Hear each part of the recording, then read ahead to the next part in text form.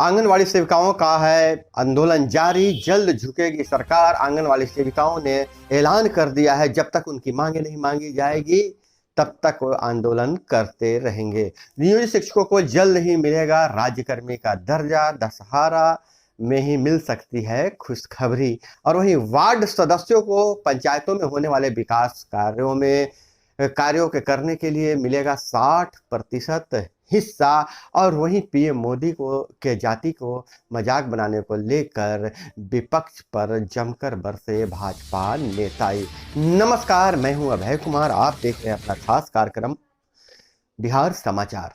बिहार समाचार में खबरें बिहार की, बातें बिहार की, देश दुनिया की तमाम खबरें जिसे आपको जानना जरूरी है।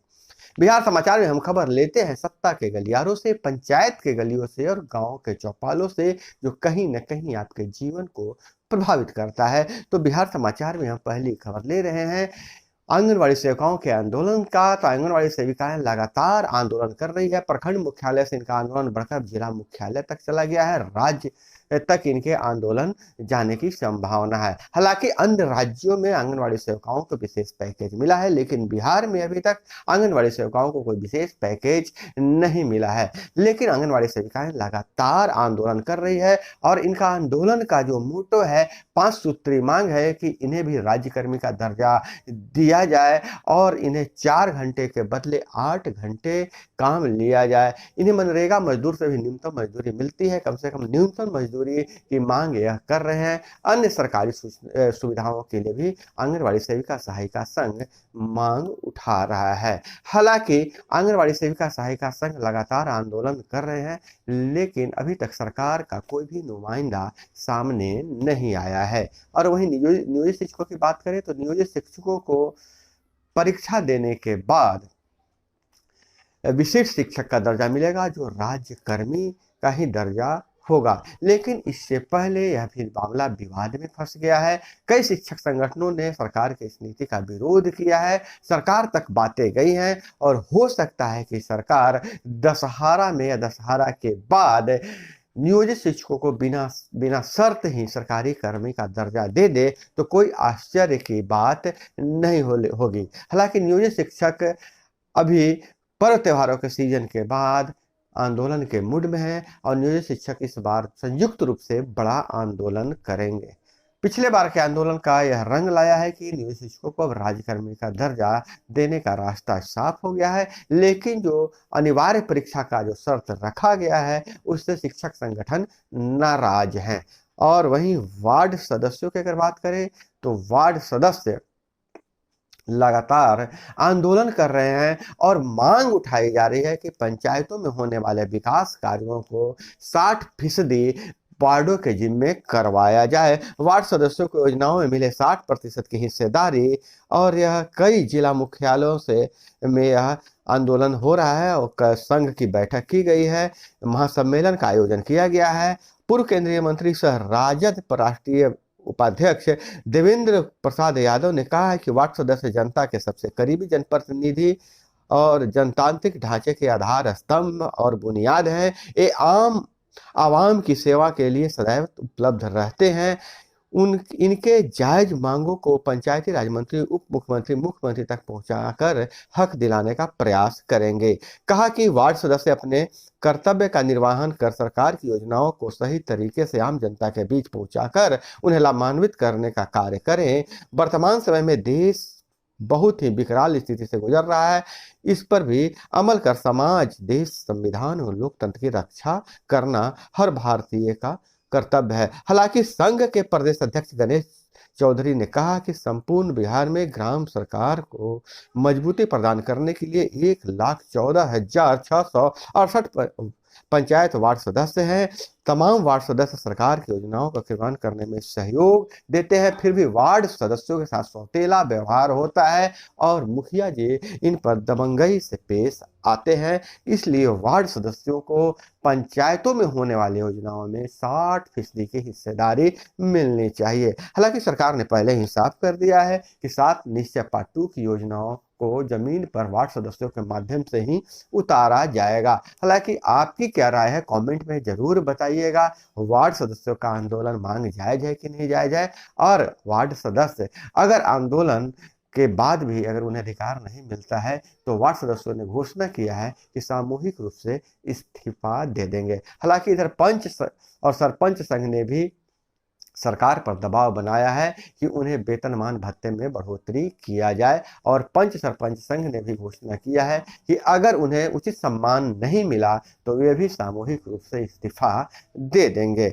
आप अपनी राय कमेंट में जरूर बताइएगा। इधर अब खबरों की बात करें तो क्या पीएम मोदी को जाति को लेकर मजाक उड़ाया जा रहा है? पीएम की जाति और गरीबी का मजाक उड़ा रहा है विपक्ष। राज्यसभा सांसद सुशील कुमार मोदी ने कहा है कि मुद्दा विहीन विपक्ष प्रधानमंत्री नरेंद्र मोदी को की पिछड़ी जाति और उनके माता पिता की गरीबी का मजाक उड़ा रहे हैं।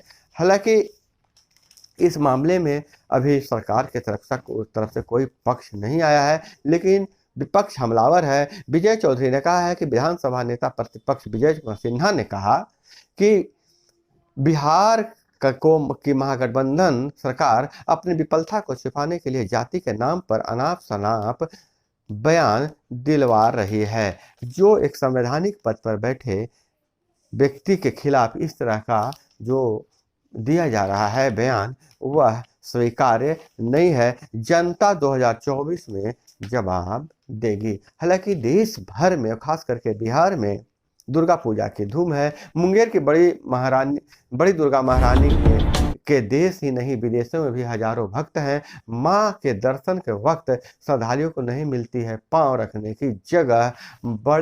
मां बड़ी दुर्गा की 32 कहारों द्वारा कंधे पर विदाई देने की परंपरा है। छोटी दुर्गा बड़ी काली से मिलन का दृश्य भी होता है अनोखा। तो दुर्गा पूजा की तैयारी चल रही है, जगह जगह पंडाल बन रहे हैं। और आपके शहर में कैसा पंडाल बन रहा है आप जरूर कमेंट में बताइएगा, और दुर्गा पूजा को लेकर आपकी क्या तैयारी चल रही है। हालांकि मेरी टीम की तरफ से दुर्गा पूजा को लेकर सभी को हार्दिक बधाई है। वहीं बिहार में भाजपा कर रही है एमवाई के खिलाफ सभी जातियों को एकजुट करने की तैयारी।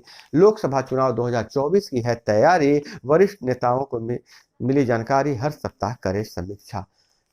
जो विपक्ष का गठबंधन है, खास करके आरजेडी का गठबंधन है, एमवाई संगठन मतलब कि मुस्लिम यादव संगठन, इस संगठन को चुनौती देने के लिए भाजपा अन्य एमवाई को छोड़कर अन्य सभी जातियों को अपने पाले में करने का प्रयास कर रही है।